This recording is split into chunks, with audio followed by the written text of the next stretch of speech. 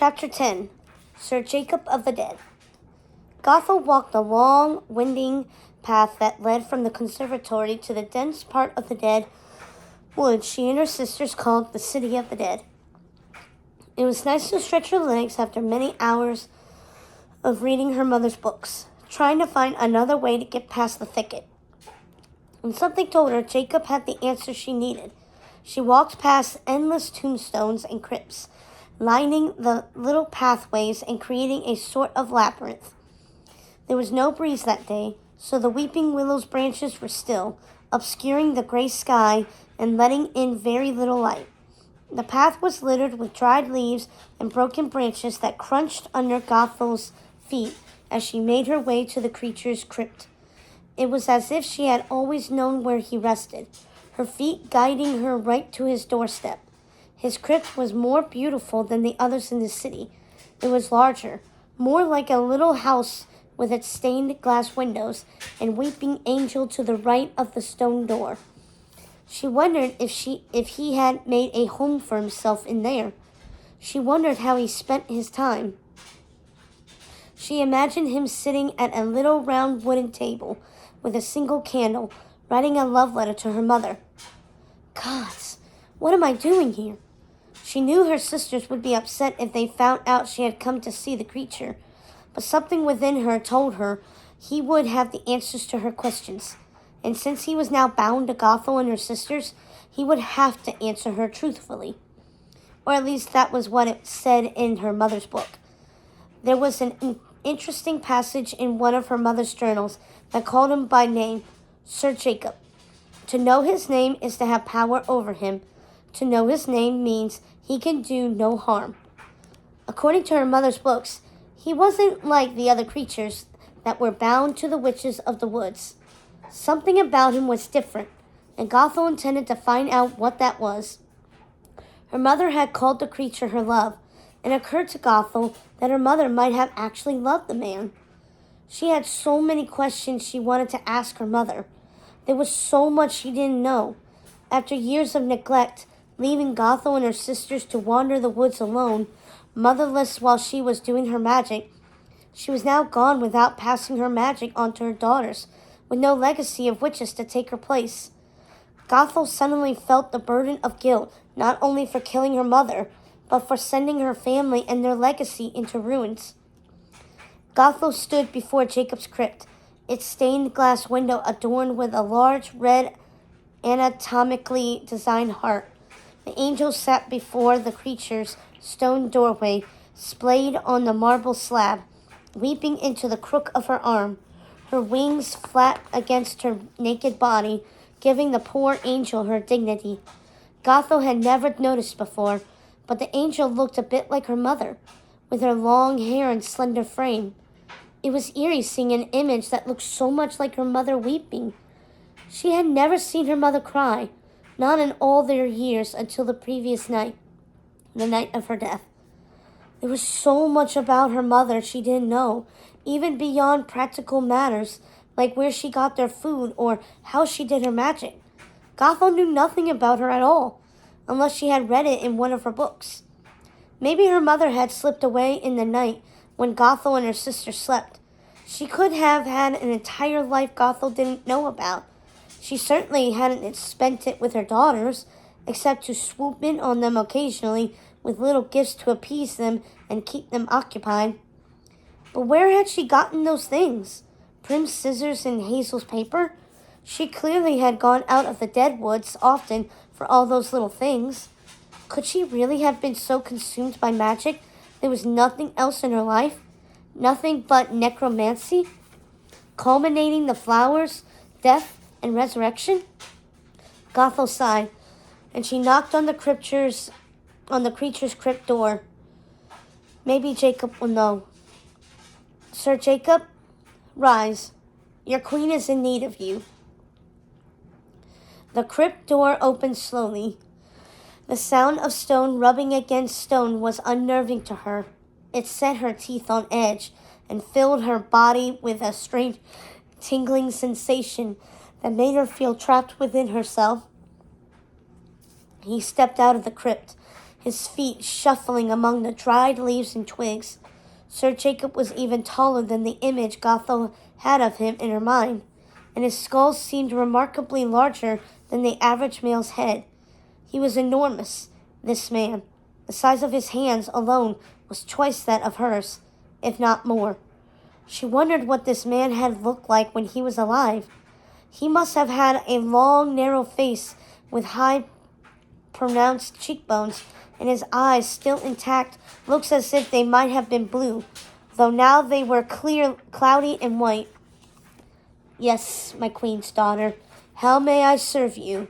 said Jacob, in a voice that sounded remarkably human, remarkably soothing. "Sir Jacob, I have some questions. I hope you can answer. My mother died before she could instruct us. We have no idea. I understand. You don't need to go on. Your mother anticipated you would come to me should anything ever happen to her. The first order of business is to put her at rest. She is trapped within the woods, waiting to be released into the mists that are waiting for her. Your ancestors are there, waiting for you to do the ceremony to send her spirit to be among them." "They're here? Waiting?" "Yes." "Are they angry with me for killing Mother?" "That is not for me to say, little witch. But they have agreed to exchange your mother's spirit for the knowledge you need to survive and thrive within the dead woods. Continuing the legacy is their priority, not revenge. Your mother spent a lot of time in this world. Her life was not cut short. But you do need her knowledge, and you need her blood if you're going to rule here in her place." "But she was destroyed in the fire. All of her blood is gone." "Not all of it, little witch. That key you have in your pocket opens the vault. Within it, you'll find more than her fortune. There is a chest that contains your mother's blood, and her spell book with the instructions you will need to take her blood. The chest is behind a secret door that can be opened by pressing the 7th stone from the top. But the blood is only for you, Gothel. Don't share it with your sisters. That is your mother's command." "It doesn't matter what my mother commands." The specter nodded slightly. "I am bound to you and have to serve you no matter. I can only offer my advice. You are not required to take it." "What were you to my mother?" "That is between me and your mother, little witch," said the creature with something that resembled a twisted, sad smile. "I'm sorry, Jacob. I shouldn't have asked you that." "Not to worry, little witch. Do you have more questions for me?" said Jacob with the same sneer-like smile. Gothel was starting to understand that was simply what happened when he smiled. His skin was so tightly stretched across his face that it distorted when he smiled or spoke. She found it oddly charming, and wondered again what the man had looked like when he was alive. "Do you know how Mother left the Deadwoods? To get things we needed for the house, like food, supplies?" She finally asked after realizing she had been staring at him for longer than would be considered polite. "Those things are delivered by a neighboring village, a family that has worked in the world for us for many generations. They bring the supplies every new moon. If there is something you want, you only need to tell me, and I will be sure they fetch it." "So she never left the Deadwoods?" "Never. Not that I am aware of, at any rate." "And you? How do you leave?" "Your mother created an invisible portal for me to come and go as I please, but it only allows me access. No one else may pass through it. What is it that you need?" "I wanted to take my sisters into the world, to buy furnishings for the house. I want to make it beautiful so they will stay." "I will take care of that for you, Gothel. I will take care of it all. Please don't ever try to leave the Deadwoods. You're not meant to go beyond the thicket. That is why I am here. Your place is here." Sir Jacob's eyes rolled back into his head, and he convulsed and started to sputter. "The station riders are far behind. The secret's voices I cannot find. The stench of Hades is taunting me, and still those voices I cannot see." "What? What are you saying? What's wrong, Sir Jacob?" "Gothel, you betrayed me, If it wouldn't anger our ancestors, I would make this forest rise to destroy you and your precious sisters. But I will not to lose my place among my family and be forever doomed to haunt these lands. The satisfaction of seeing you and your sisters dead isn't worth my eternal damnation. Mother? Yes, my black-hearted child. You gave me no choice. You were going to kill my sisters. There will be time enough to settle this when you've turned to dust and joined me and your ancestors in the mist. But that time is not now. Now we must prepare you to take my place here as queen. The first thing you need to do is replant that Rapunzel flower before it dies. Then you need to release me into the mist. How am I going to explain all this to Hazel and Prim? They didn't even want me to call on Sir Jacob. And they're going to be really upset when they find out I've spoken to you. Gothel, you are queen of this land. What your sisters think doesn't matter.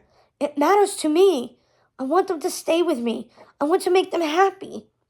So I heard. Very smart of you to make the house beautiful for Prim, so she and Hazel will stay with you. I love that you are still naive enough to think you're doing this for the love of your sisters. Keep thinking that, Gothel, and they will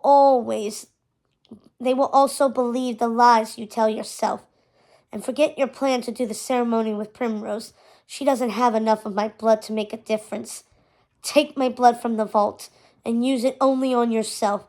If you want your sisters to stay here with you, then you will need to hide your true self from them, as you have been these many days. And you won't be able to do that if you share the blood with them. But I want them with me forever, and they will be. With the power of the flower, Gothel. That is what keeps us alive for so long. But the necromancy isn't powered by the flower. You're very smart, Gothel. You have my mind. You will learn everything you need to know from my blood, my books, and the knowledge of your ancestors. Listen to me. I may be dead, but Mother still knows best. Yes, Mother. Good. Go now and plant the flower, and let Jacob handle the mundane tasks. After you've planted the flower, I will show you how to return me to our ancestors. Gothel took the flower out of her cloak pocket and looked at it. Thank the gods it hasn't wilted. No, it lasts longer than other cut flowers, but you can't put off planting it for too much longer. Go on. Jacob will be fine. We will both be waiting for you here when you return. Gothel turned to leave, but her mother stopped her. Oh, and Gothel, it wasn't a trick of the light. What? See me in my bedroom? See my image in the statue? If you don't release me to my ancestors before they go, I will haunt you until the end of your days. I will make this place a living Hades for you and your sisters. Don't worry, Mother. I will send you to the mists. Good girl. Gothel took her time getting back. She needed to think about what she was going to say to her sisters. The dead woods were so still and so close that day, the light so muted by the thick mists. Gothel felt trapped. She was overwhelmed by everything she had to do. Replant the flower, send her mother to the mists, explain everything to her sisters. Learn Mother's magic. One task at a time. Replant the flower. When Gothel finally made her way from the city of the dead, she found scores of skeletal creatures tearing down the old conservatory and removing the debris from the area in wooden carts. How was she going to explain that to Hazel and Primrose? She barely knew how to explain it to herself. One of the creatures was looking directly at her, as if trying to get her attention. Yes? May I help you? She asked the monstrosity. The creature was just staring at her, as if he was looking right through her. She felt stupid talking to him. As far as she knew, the creatures couldn't speak. The creature, who was entirely skeletal, handed Gothel a note and went back to his duties without any ceremony. Gothel found herself thanking the creature, even though she wasn't sure why. The letter was written on white parchment and was sealed with red wax. The stamp in the wax had some sort of knightly crest. She opened the letter, and found that it was from Sir Jacob. Lady Gothel, I have instructed your creatures to start work on the renovation of the conservatory directly. Please give them any instructions you see fit. They will understand and obey your instructions. Materials needed for the new structure can be ordered by me and will be delivered as soon as it is possible. I have also sent word to our man in the world to bring all manner of furnishings, tapestries, bedding, stationery, paintings, clothing, and other items I think your sisters would enjoy. Any that are not to your taste can be sent back, and payment will not be required until you have made your final selections. The first of many wagons will start appearing at the mansion in 3 days' time. After you have seen to the replanting of the Rapunzel, which can be managed by Victor, the creature who delivered you this missive, and you have successfully given your sisters errands to occupy their time, please make your way back to my crypt, where your mother and I will be waiting. Eternally yours, Sir Jacob. Gothel sighed. Primrose and Hazel are going to freak out when they see this. Primrose might. How about telling me what's going on? Gothel turned around to find Hazel standing at the edge of the burnt conservatory. Hazel, hi. Where's Primrose? She's running around like a little maniac, deciding how she'd like to decorate the mansion. I'm assuming that's why you gave us our various tasks, to keep us busy while you were ordering Mother's minions about. You know Prim is going to be furious you've awoken them. But I didn't. Sir Jacob did. How is that possible, Gothel? Did you wake him? Well, Gothel, I didn't have a choice. It turns out he handles everything around here, Hazel. Everything. That makes sense. But I think you'd better tell me everything so I know what to say to Prim. And so she did.